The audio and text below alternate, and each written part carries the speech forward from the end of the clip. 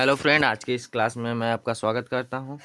आज की इस क्लास में हम लोग प्रकाश के परावर्तन के टॉप 20 वीवीआई ऑब्जेक्टिव क्वेश्चन देखने वाले हैं। तो क्लास में आप लोग इन तक बने रहिएगा और आपको क्लास अच्छा लगेगा तो क्लास को शेयर कीजिएगा और चैनल को सब्सक्राइब कर लीजिएगा। तो चलिए क्लास को स्टार्ट करते हैं।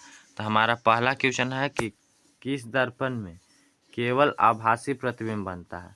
तो किस दर्पण में केवल आभासी प्रतिबिंब बनता है, आप लोग उत्तर दीजिए। तो उत्तल दर्पण में केवल आभासी प्रतिबिंब बनता है। कहाँ? उत्तल दर्पण में केवल आभासी प्रतिबिंब बनता है। फिर अगला क्वेश्चन है, दाढ़ी बनाने में कौन सा दर्पण प्रयोग में आता है। दाढ़ी बनाने में कौन सा दर्पण प्रयोग में आता है। तो दाढ़ी बनाने में कौन सा दर्पण प्रयोग में आता है, तो अवतल। कौन सा? अवतल। ये सब आप लोग याद रखिएगा। दाढ़ी बनाने में अवतल दर्पण प्रयोग में लाया जाता है। अगला क्वेश्चन है, मोटर चालक के सामने साइड मिरर में दर्पण लगा होता है। तो कौन सा दर्पण लगा होता है? उत्तल दर्पण लगा होता है। कौन सा? उत्तल। फिर आगे देखिए, हम लोग शॉर्ट रिवीजन कर रहे हैं फास्ट एकदम। आगे है, समतल दर्पण द्वारा बना प्रतिबिंब का प्रवृत्ति होता है। समतल दर्पण द्वारा बना प्रतिबिंब का प्रवृत्ति कैसा होता है? कैसा होता है? आभासी तथा बराबर। कैसा होता है? आभासी तथा बराबर। आगे देखिए, आगे है अवतल दर्पण की फोकस दूरी होती है। अवतल दर्पण की फोकस दूरी कैसी होती है? तो अवतल दर्पण की फोकस दूरी होती है ऋणात्मक। कैसी? ऋणात्मक। अवतल दर्पण की फोकस दूरी ऋणात्मक होती है। आगे देखिए, वैसा दर्पण जिसका परावर्तक सतह उठा होता है उसे क्या कहते हैं? तो जिसका परावर्तक सतह उठा यानी ऐसा उठा होता है तो उसे कहते हैं उत्तल दर्पण। क्या कहते हैं? उत्तल दर्पण। क्लियर है? आगे देखिए, किस दर्पण को अपसारी दर्पण कहते हैं? किस दर्पण को अपसारी दर्पण कहते हैं? तो इसका भी आंसर उत्तल दर्पण ही हो जाएगा। उत्तल दर्पण को अपसारी दर्पण कहते हैं और अवतल दर्पण को अभिसारी दर्पण कहते हैं।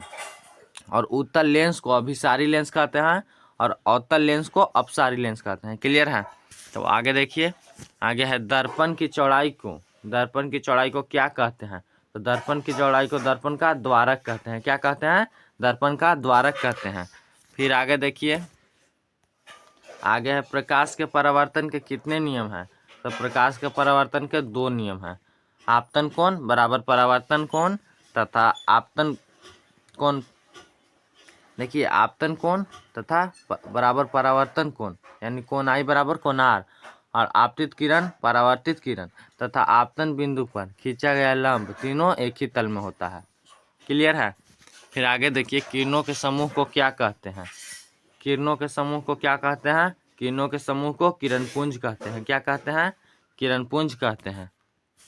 फिर आगे देखिए, गोलीय दर्पण की फोकस दूरी एफ वक्रता त्रिज्या आर में क्या संबंध है? यानी गोलीय दर्पण की फोकस दूरी वक्रता त्रिज्या की होती है तो कितना होती है? ए बराबर r/2। आप लोग जानते होंगे। तो r/2 आधी होती है। कितना होती है? आधी होती है। फिर अगला है, दर्पण सूत्र होता है। दर्पण सूत्र क्या होता है? तो दर्पण सूत्र 1/v प्लस 1/u बराबर 1/f होता है। क्लियर है? तो ये भी आपको क्लियर होगा। आगे देखिए, किस दर्पण में बड़ा प्रतिबिंब बनता है? किस दर्पण में बड़ा प्रतिबिंब बनता है? तो अवतल दर्पण में बड़ा प्रतिबिंब बनता है। आगे देखिए, प्रकाश की किरणें गमन करती है। प्रकाश की किरणें कैसी रेखा में गमन करती है? तो सीधी रेखा में, सरल रेखा में गमन करती है। आगे है, वैसा दर्पण जिसका परावर्तक सतह धसा होता है, यहाँ धसा होता है, कहलाता है। तो जिसका परावर्तक सतह धसा होता है अवतल कहलाता है। यानी ऐसे ही रहेगा पर इसका इधर पेंट किया होगा। क्लियर है? फिर आगे है, सोलर कुकर में किस दर्पण का व्यवहार किया जाता है? तो सोलर कुकर में अवतल दर्पण का व्यवहार किया जाता है। क्लियर है? फिर आगे देखिए, सर्च लाइट का परावर्तक सतह होता है।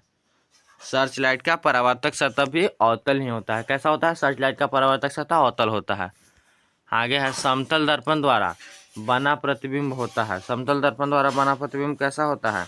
तो समतल दर्पण द्वारा आभासी या काल्पनिक, दोनों एक ही को कहते हैं। आभासी या काल्पनिक आप लिख सकते हैं। क्लियर है? आगे है, प्रकाश तरंग उदाहरण है। तो प्रकाश तरंग विद्युत चुंबकीय तरंग का उदाहरण है।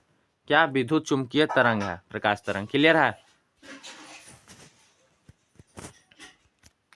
एक गोलीय दर्पण द्वारा बने प्रतिबिंब का आवर्धन ऋणात्मक हो तो प्रतिबिंब होगा, यहाँ ऋणात्मक हो तो प्रतिबिंब उल्टा होगा। क्या होगा? प्रतिबिंब उल्टा होगा। तो आप लोग को कैसा लगा यह क्लास? अच्छा लगा होगा, और अगर अच्छा लगा होगा तो क्लास को शेयर कीजिएगा और क्लास को लाइक ज़रूर कीजिएगा। चलिए अब अगले क्लास में मिलते हैं। इस वीडियो के लिए धन्यवाद।